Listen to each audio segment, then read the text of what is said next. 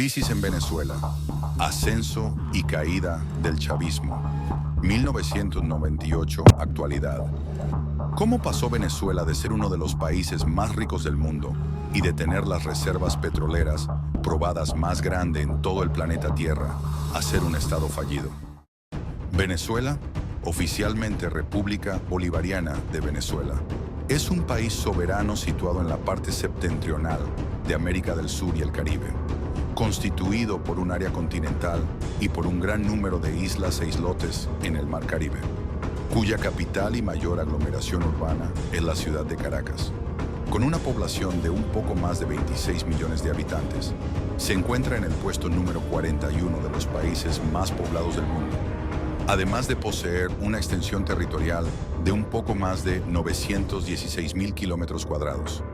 El territorio continental limita al norte con el Mar Caribe y el Océano Atlántico, al oeste con Colombia, al sur con Brasil y por el este con Guyana.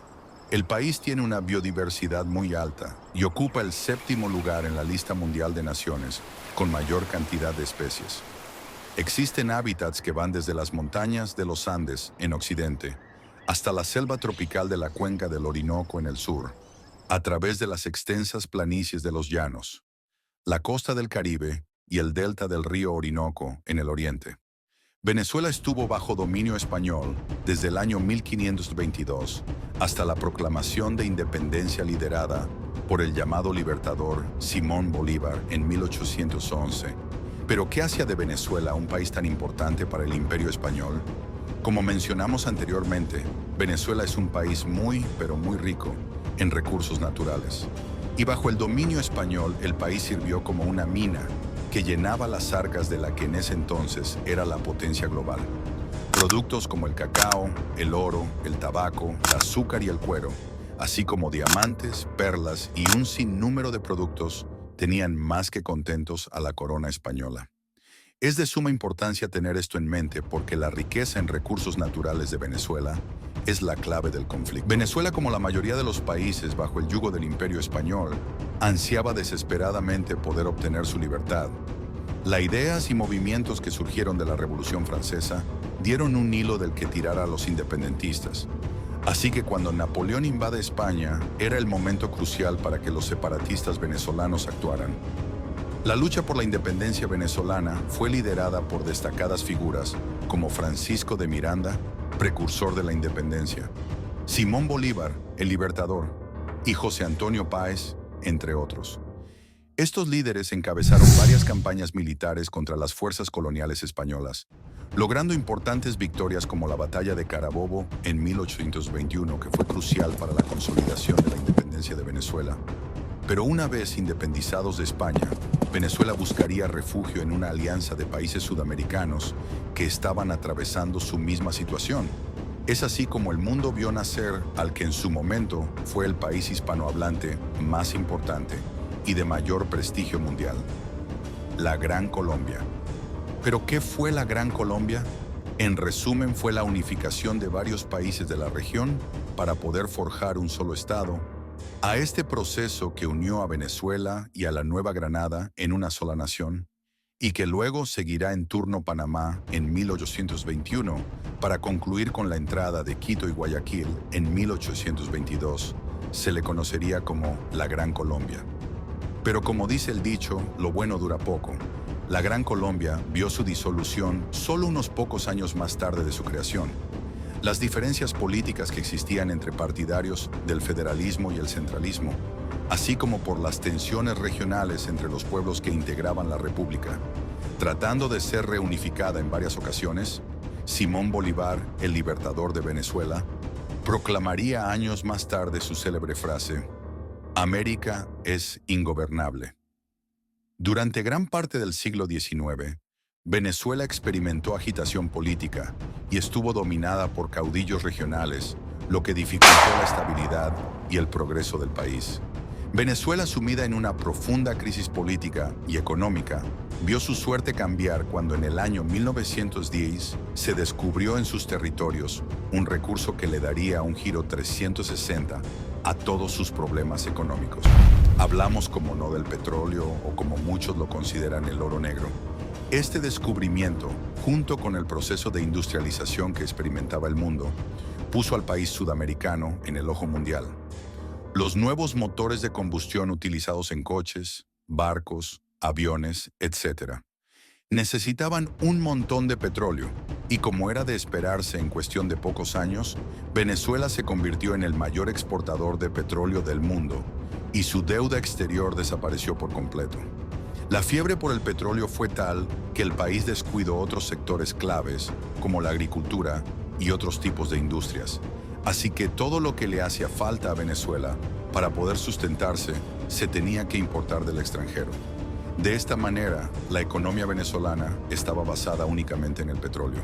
Pero aún con todas estas bonanzas que vivía el país de Simón Bolívar, había un problema que a la larga pasaría factura de una manera catastrófica.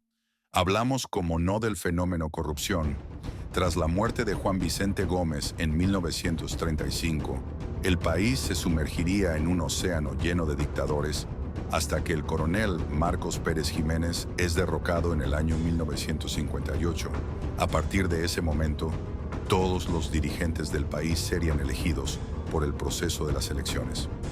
En los años posteriores, Venezuela continuó desarrollándose rápidamente, y más aún cuando el precio del petróleo escaló a niveles exorbitantes a principios de los 60, estos beneficios permitieron al entonces presidente venezolano, Carlos Andrés Pérez, nacionalizar las industrias del hierro, y como no las del petróleo.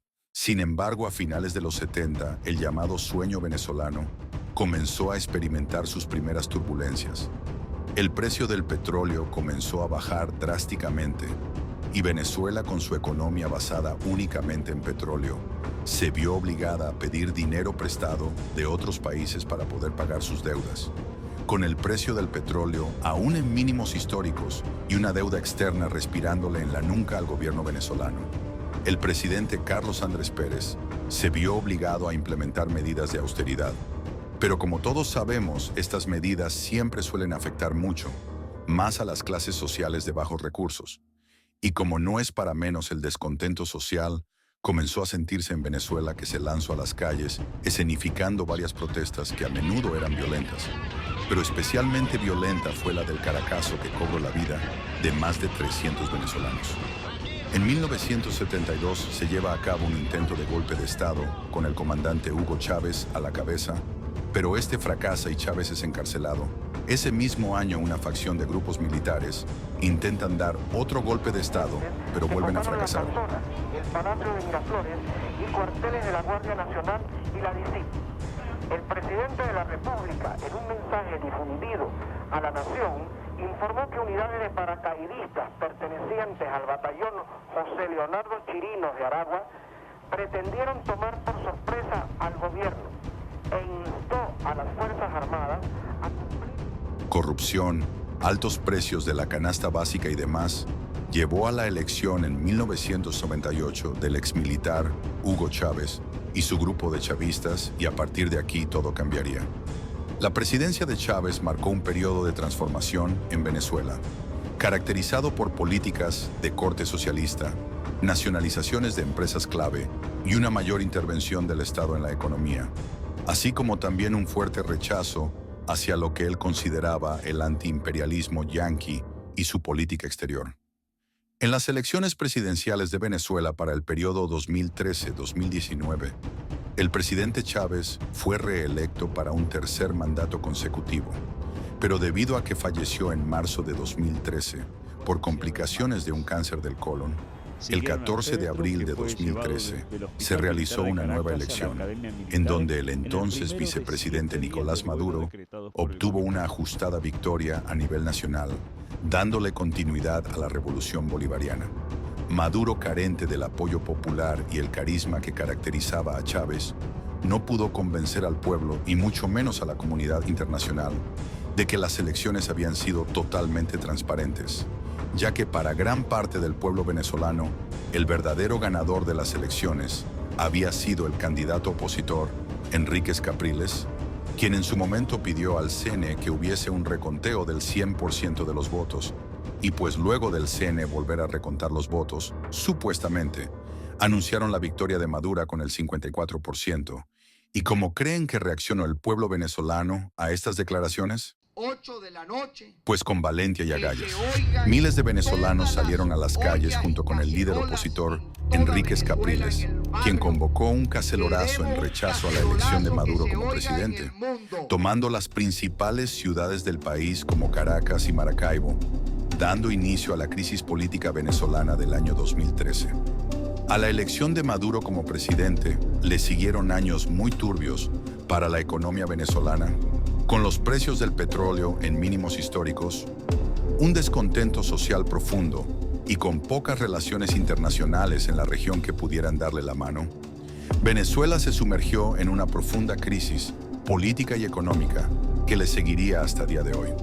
Maduro volvió a repetir como presidente electo de Venezuela para el periodo constitucional 2019-2024, en unas elecciones totalmente cuestionables por parte de la comunidad internacional y gran parte del país, con una abstención de más del 67% de los votantes. La mayoría del pueblo venezolano coincidía en que el entonces presidente de la Asamblea Nacional, Juan Guaidó, había ganado ampliamente las elecciones presidenciales. Pero Maduro, lejos de reconocer su derrota y con un amplio control de las fuerzas militares, consiguió permanecer en el poder, desconociendo cualquier tipo de fraude del que se le señalaba, agravando aún más la crisis en el país caribeño. A nivel social, en mayo de 2021 había una cantidad aproximada de 7 millones de emigrantes venezolanos en el mundo. A nivel económico, ocurrió la mayor hiperinflación en la historia en un contexto de crisis. Venezuela, sumida aún en la mayor crisis de su historia moderna, se preparaba para sacar del poder al chavismo en unas elecciones que desde antes de iniciar ya contaban con la duda acerca de su legitimidad. Entonces, ¿qué ha pasado a día de hoy? El 28 de julio del 2024 se celebraron en Venezuela las elecciones presidenciales con Edmundo González representando al partido de la oposición. Esto luego de que fuera inhabilitada la líder opositora María Corina Machado y el hasta entonces actual presidente venezolano Nicolás Maduro y su legión de chavistas como principales candidatos a disputar la presidencia. El pueblo venezolano se lanzó a las calles a votar de manera abrumadora por sus candidatos, con una fuerte tendencia al partido de la oposición. Todas las encuestas daban como favorito para ganar las elecciones al señor Edmundo González, o lo que es lo mismo, María Corina Machado. Pero como sabemos, Maduro no la iba a regalar tan fácil y ya algo se estaba cocinando en el horno. Después del cierre de las mesas electorales, la oposición denunció que en varios centros de votación se había detenido la totalización de las actas y que los testigos estaban siendo obligados a retirarse. En su primer boletín, el Consejo Nacional Electoral, CNE, declaró a Nicolás Maduro como ganador, con un presunto 51,20% de los votos, mientras que Edmundo González recibió un 44,20%, justificando el retraso en anunciar los resultados en un hackeo del sistema. Y como era de esperarse, la mayoría del pueblo venezolano y un gran número de países de la región consideraron los resultados pocos confiables y con falta de credibilidad. La oposición rechazó las cifras, declarando que Edmundo González había ganado con el 70% de los votos, de acuerdo con las actas electorales que disponían. ¿Y qué creen que pasa cuando quieren imponerle un candidato al pueblo? Pues revueltas, es así como la mañana del 29 de julio, el pueblo venezolano se lanzó a las calles en protesta a los resultados de las elecciones. Protests on the streets of Venezuela turning deadly after President Nicolas Maduro declares victory. The violence on Sunday, very real. The bomb went off near some motorcycle police, wounding several.